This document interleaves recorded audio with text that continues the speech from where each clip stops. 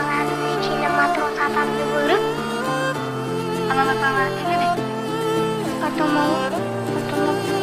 Ata senin yüzün muhabbet değil. Ben seni ayağı sandım.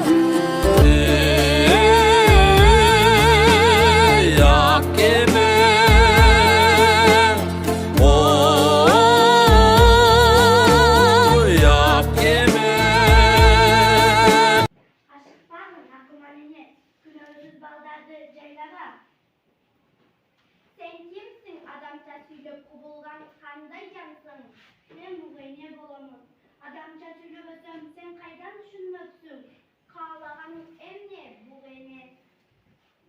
Adamlar egiz muzluğumdu, ötürüp çekmişti. Kuşulaydı çütbönlüğüne bergin. Baldarının orcuna balayı zeptürömür. Bulardı emni kılasın.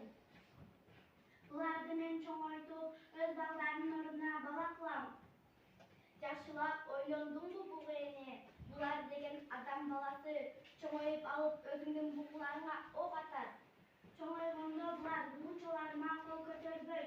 Bularga men ene bolam. Bular maga bala bolup kalışar.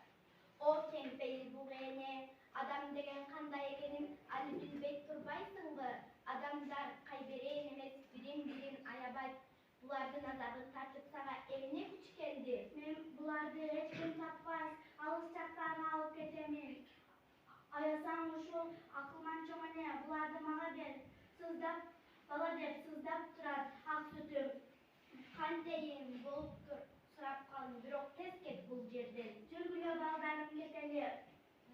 Türgülü baldarım keselir. Men selerdi menin emin baldarım. Men selerdi akkardu, alatoğusu var.